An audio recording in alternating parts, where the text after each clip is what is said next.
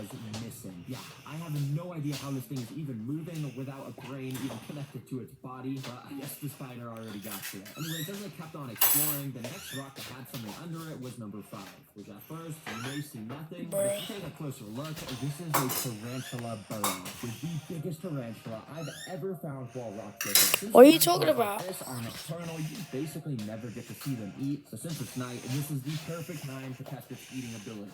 So I took out the backpack to get something important. It's the new Peregrine activity backpack. Peregrine activity book? Yeah, I didn't know. 100 even hand sign. I'll show you more later, but let's get out what I actually meant to grab from the backpack, crickets and tweezers. And instantly, I brought the cricket right over to the tarantula's mouth. And yeah, in my last rock digging video, I did the same exact thing with no luck of it eating. But this tarantula was clearly much more receptive since it was night and grabbed the cricket straight from my tweezers. Oh my gosh, he just absolutely devoured that cricket. And I promise you, that's still just the start of the crazy animals I'm finding on this trail. Because under rock number 9, there was actually something pretty interesting. It wasn't big or anything, it was just this little spider. But what caught my attention was his abdomen, because it looked like an eye. Seriously, it just looks like an eye on some sort of snake species. Imagine when this spider grows bigger and sets up a web in the trees, it's just gonna look like a menacing eye staring down at you, especially at night. So that's gotta be creepy. Anyways, as I kept on walking, I got to object 14, and underneath was this little white thing. It's an oak toad,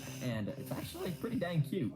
No. And right next to this white oak toad was a darker brown oak toad, which if you didn't know, this is the smallest toad species in all of America, and since they're pretty unique, I just had to take out the backpack. And once again, I pulled out some crickets, but this time they're a bit smaller, so these toads will hopefully be able to eat them. So I tried dropping in a few first near the white toad, and he didn't seem very interested. He kind of just hid under the dirt, so I tried putting some crickets by the brown toad, and he just started running away full speed and also wasn't hungry. However, while that was happening, I saw this little ant walk by, and in his mouth was a massive green worm. I guess he was bringing this back to the colony. Good catch, bro. I'm gonna be proud of you. And the next rock that I flipped that had something interesting was this. At first, all I saw was another one of those little eye spider things. But as I was getting a closer look at it, out of the corner of my eye, I saw this. A little garter snake burrow.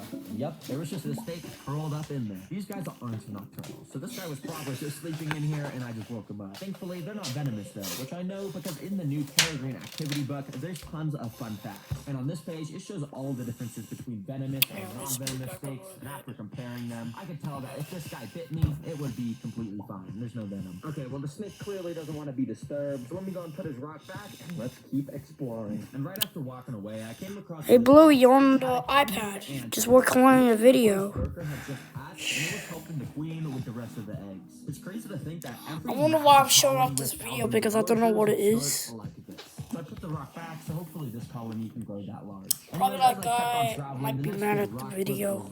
Because underneath was a super creepy bug. At first, it was actually, I'm recording his video, and Blue is on it. I don't know why.